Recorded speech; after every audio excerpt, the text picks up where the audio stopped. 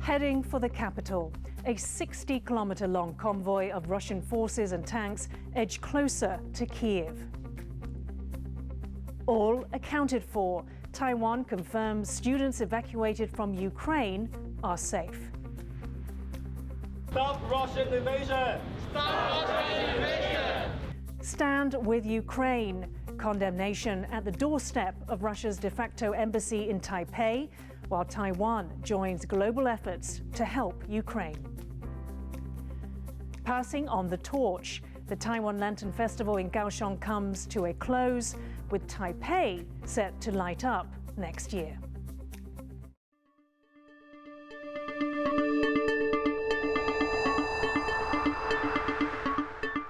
A warm welcome to TaiwanPlus News. I'm Yin Khvat. Russian forces are getting closer to Ukraine's capital after continuing to cause devastation in the country. On Monday, Ukraine's second-largest city of Kyiv was the target of intensified shelling, killing at least 7 people and injuring dozens, although authorities say the casualties could be much higher. Across Ukraine, civilians are huddling in shelters and basements. Louise Watt reports. A maternity ward in a bomb shelter. Along with many others, these new mothers are taking cover underneath Kyiv, Ukraine's second-largest city, which has seen some of the heaviest fighting so far in this conflict. On Monday, residential areas were shelled repeatedly. Homes ruined. This resident has been sheltering with her family and friends. 5-е сутки мы находимся здесь в подвале, очень сильно переживаем, очень сильно страшно. С нами находятся маленькие дети, с нами находятся пожилые люди. Ну, собственно говоря, очень страшно. Despite Moscow's assertions it is not targeting civilians, it has bombed homes, schools and hospitals. Ukraine's ambassador to the United States has also accused Russia of using a vacuum bomb, a weapon that sucks in oxygen to create a high-temperature explosion capable of vaporizing human bodies. The devastation that Russia is trying to inflict on Ukraine is large, but we Ukrainians will resist. We are defending our home. We do not have any other option. We will not get tired. We will not stop. We will not surrender. On Monday, Ukraine officially applied to join the European Union, with its president imploring the regional body to demonstrate its expressions of support by granting the besieged country immediate accession. Ми вдячні партнерам за те, що вони поряд з нами. Але наша мета – бути разом з усіма європейцями. І головне – бути на рівних. Я впевнений, що це справедливо. Я впевнений, що ми на це заслужили. Я впевнений, що все це можливо. EU nations imposed sweeping sanctions on Russia, which is finding itself increasingly isolated internationally. Russian President Putin called the West an empire of lies. His forces are closing in on the capital Kyiv, a military convoy more than 60 kilometers long. Talks in Belarus on Monday between Ukraine and Russia yielded an agreement to keep talking. But as they wrapped up, several blasts were heard in Kyiv. Hospitals here, too, have moved their patients underground. Medical staff have also been treating civilians, including children, injured in the conflict. Doctors say they are bracing for more as another day of uncertainty approaches. Patrick Chen and Louise Watt for TaiwanPlus. Taiwan's Ministry of Education has accounted for all 12 students that were in Ukraine. Of the 12, 10 students have left Ukraine and 2 decided to remain in the country. The ministry says they will assist in their relocation. Bing Wang reports. After a long, arduous trip, including a 10-hour wait at the border, Tai, a Taiwanese student in Ukraine, has finally crossed the border into Poland. 4几小时都没有好好的睡觉，也或者是说好好的洗澡什么样的。 Of the 33 Taiwanese nationals accounted for in Ukraine, 12 were students. 6 of them are now in Poland. 1 is on the way to Slovakia, 3 have returned to Taiwan, and 2 decided to stay in Ukraine. The students who left joined over 500,000 people forced to flee Ukraine after Russia launched an invasion of the country last week. Taiwan's Ministry of Education is keeping tabs on them and assisting in their relocation, including helping them financially. 大家住在俄罗斯的教育组跟住在这个波兰华沙的教育组同仁，都有跟同学成立的群组，然后随时掌握他们状况，尽全力来协助他们。 Taiwan's Ministry of Foreign Affairs is assisting the evacuation of remaining Taiwanese nationals. The official count is growing as more Taiwanese reach out to government representatives. 那南屋呢？现在有2名我们的台湾人在那边等待救援撤出，往哪一国边境？斯洛伐克、罗马尼亚、波兰哪边安全，他往哪边去？ As the Russian invasion of Ukraine reaches its 6th day, and with no talks of a ceasefire, Taiwanese officials are rapidly doing all they can to help their nationals to safety. Kama Xu and Bing Wang for TaiwanPlus. Protesters delivered a petition to Moscow's representative office in Taipei on Tuesday, condemning Russia's invasion of Ukraine. The demonstration, the latest in a series, was organized in collaboration with several Taiwanese civil society groups. James Chater has more. Shame on Russia! Shame on Russia! Shame on Russia! Shame on Russia! A hand-delivered message of condemnation. Taiwanese civil society groups and Ukrainians gathered outside Moscow's representative office in Taipei to protest Russia's invasion of Ukraine. It's the latest in a string of demonstrations in Taiwan against Russia's actions, as the international chorus condemning Moscow grows louder. We hear that all world right now praying for us, but we don't need right now pray. Pray is not enough. We need to fight. We need to fight back and stick together.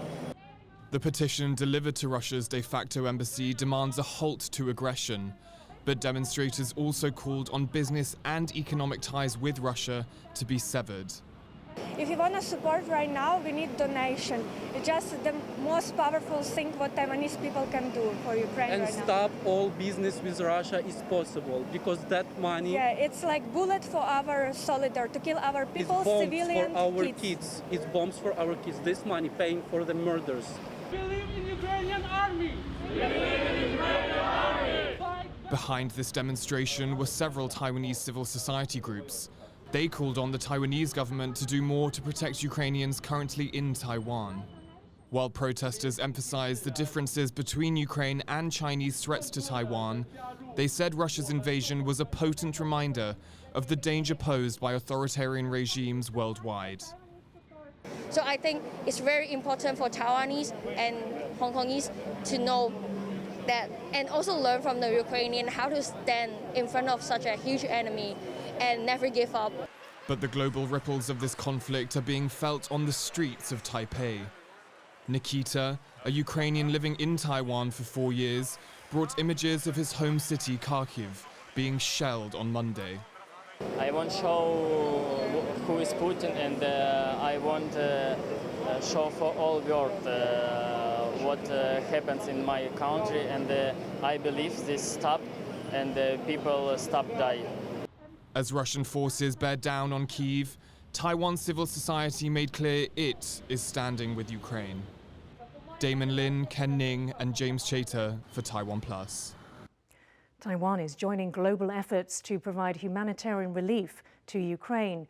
During the COVID-19 pandemic, Taiwan began using the slogan, "Taiwan can help," to underscore its willingness to share supplies and expertise with countries in need. Now, as another crisis unfolds in Ukraine, Taiwan is mobilizing to show once more that there is more to this slogan than just words. Across Taiwan this week, solidarity with a fellow democracy threatened by a big neighbor. From Taipei in the north to Kaohsiung in the south, the blue and yellow of the Ukrainian flag were on display, both on landmark buildings and at big public events. But Taiwan knows that mere moral support won't be enough to stop the suffering of Ukrainians caught up in the crisis that's engulfed their country. So Taiwan's government and ordinary Taiwanese people are mobilizing to help. 国际需要台湾，台湾伸出援手。那台湾如果需要国际帮忙，我相信有一天国际也会对台湾伸出援手。 Deputy Legislative Speaker Tsai Chi-chang says that thanks to contributions from Taiwanese corporations, he's already raised more than $500,000 for Ukrainian refugees in Poland. The donation was announced under the theme Taiwan Can Help. An online platform is also collecting donations for the Ukrainian government and Ukrainian organizations that need support. It's not just cash either. The Foreign Ministry says that Taiwan has shipped out 27 tons of medicine and medical equipment destined for Ukrainians in need. 我们非常乐意能够发挥台湾能够帮忙 Taiwan can help 这样的一个精神。 Aside from helping the victims, Taiwan is also targeting Ukraine's Russian invaders. Taiwanese semiconductor giant TSMC has announced that it will stop selling semiconductors to Russia. And Taiwan's government will impose sanctions on Russia. It is joining other nations in blocking some Russian banks from the international SWIFT payment system. The economics minister also says Taiwan will inspect shipments to Russia for goods or technologies that could have military applications. She said this is in line with an international export control agreement called the Wassenaar Arrangement. 这个瓦森纳协议的品项呢，那我们现在会严审哈。那国内的厂商，包括大家关心的这个半导体业。 The overall impact of these moves may not be great, as trade between Taiwan and Russia is limited. But President Tsai says that democracies must always stand together. 不论面对怎样的挑战，民主是我们唯一的选项，团结是我们唯一的方法。 Taiwanese officials are eager to assert Taiwan's place as a responsible member of the international community. And they also hope to show that when a crisis hits, Taiwan, in its own way, can help. Chris Ma and John Van Trieste for TaiwanPlus. US President Joe Biden is sending a delegation of former senior security officials to Taiwan, arriving on Tuesday. The group will meet with President Tsai Ing-wen to discuss US-Taiwan relations and regional peace and stability, according to a Taiwan government spokesperson. The two-day visit is intended as a show of support for Taiwan, though no direct link has been made to Russia's invasion of Ukraine. Leading the party is Mike Mullen, formerly the United States' highest military officer when he was a former chairman of the Joint Chiefs of Staff. The delegation includes Megan O'Sullivan, a former Deputy National Security Advisor, and Michelle Flournoy, a former Undersecretary of Defense. Taiwan reported 44 cases of COVID-19 on Tuesday, including 4 local infections. With the country's pandemic situation under control, the government is easing some COVID-19 restrictions. These include a loosening of the country's mask mandates when exercising and allowing food sampling at malls and markets, and the consumption of food and drink on public transport. While it's good news for most, Taoyuan remains on high alert after cluster infections at 3 schools in the northern city. Streets and roads were disinfected over the weekend to help prevent the spread of the virus. Morgues and mortuaries in Hong Kong have reached maximum capacity, with the city's daily COVID numbers in the tens of thousands.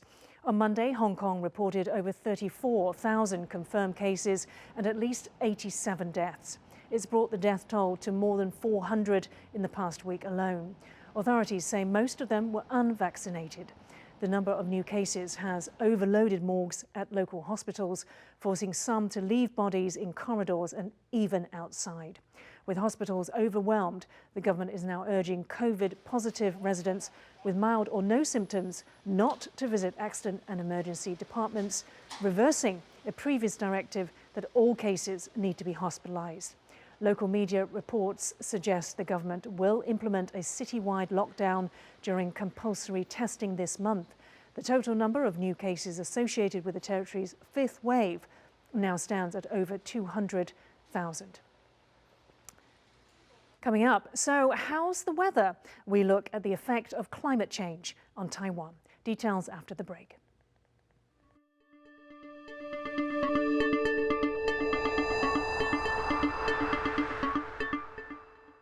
我们真的很久没有表演，走到了一个必须要停下来的状态。因为我又不会看谱，就不知道哪来的韵，有些人喜欢。想想我最擅长的事情好像是玩团。其实我的歌很多都是在解决我自己遇到的问题。我通常会发脾气或者是暴怒，是因为不公平。发现我对舞台是不熟悉的。诚实的讲述你自己，就会有人听。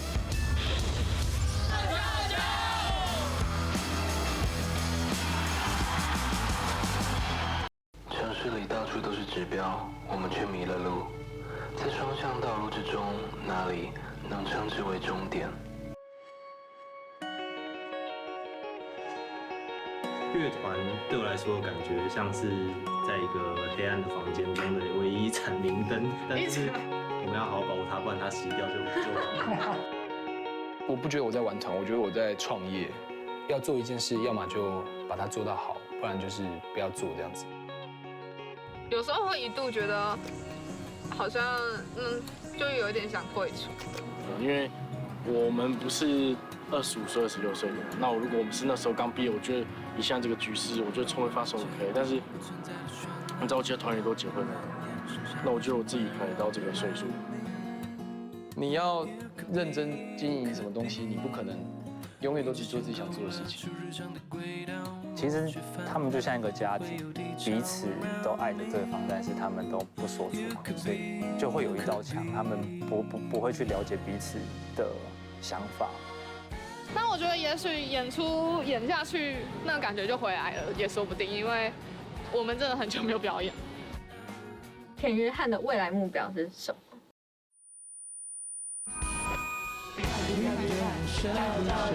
但你要前进，就必须要学会后退啊！我不希望他们因为想要把这个乐团发扬光大，而彼此变成很像同事关系，因为我们一直都是从朋友开始的。我想要好好活得从容一点，只是我不适合台北啊，台北不适合我，因为那些东西可能都是只有一次机会，然后而且不一定会再回来的东西啊。不管怎么样的过去，都是一定有美好的东西留下来。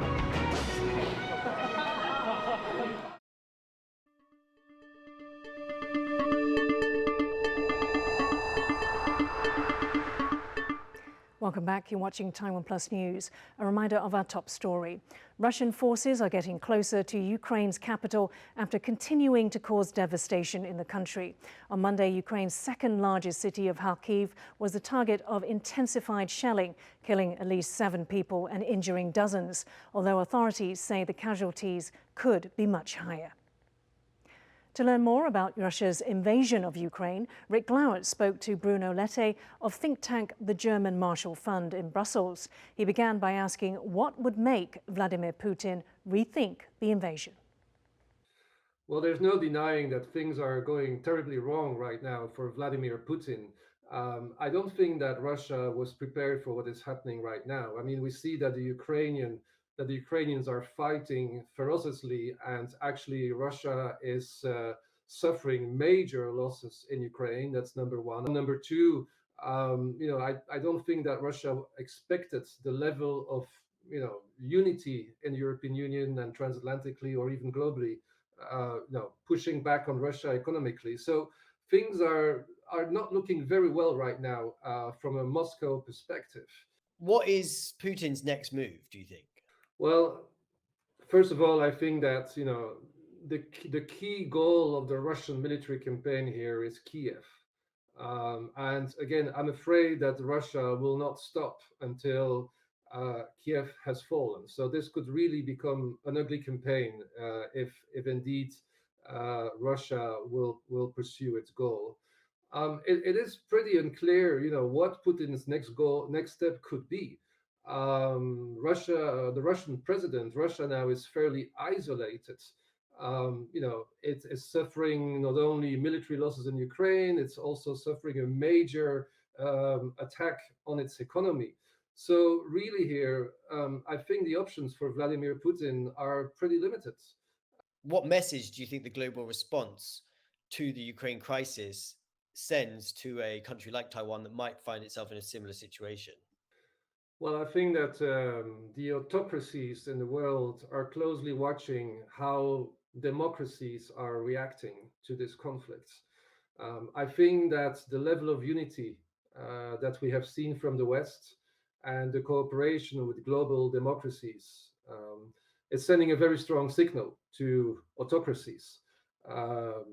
Democracies are not that unorganized as we thought. Democracies have apparently more resilience than we thought. And what about the relationship between China and Russia? does Russia still have China as an important ally? You know, we saw that China is, you know, it's not blocking Russia, but what we haven't seen, but China has not been helping Russia either. You know, it's actually abstaining itself. It's remaining neutral in a way.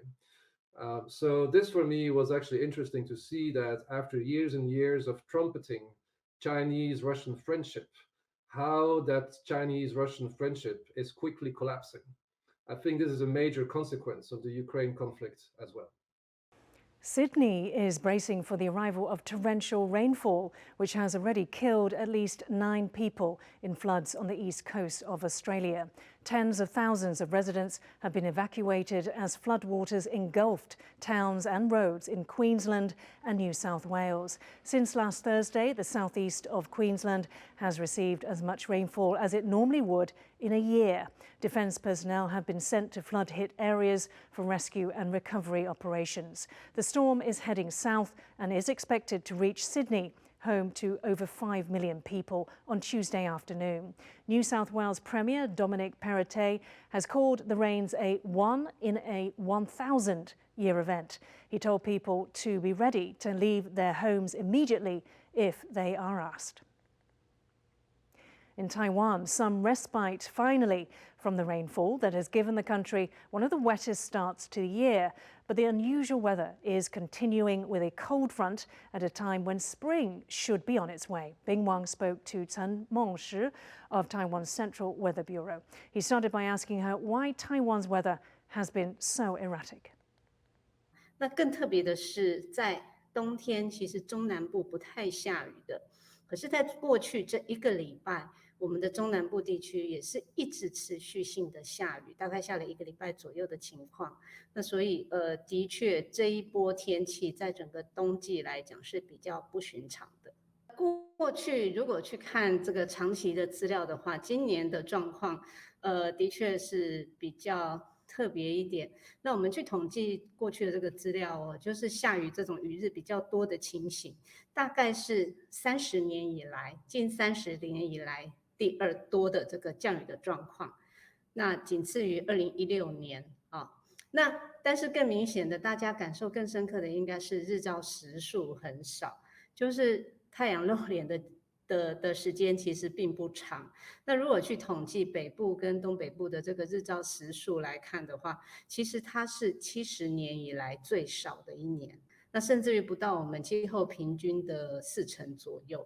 所以其实大家感受上就是这种比较湿冷的天气，因为都阴霾嘛，然后云都没有开，太阳都没有出来。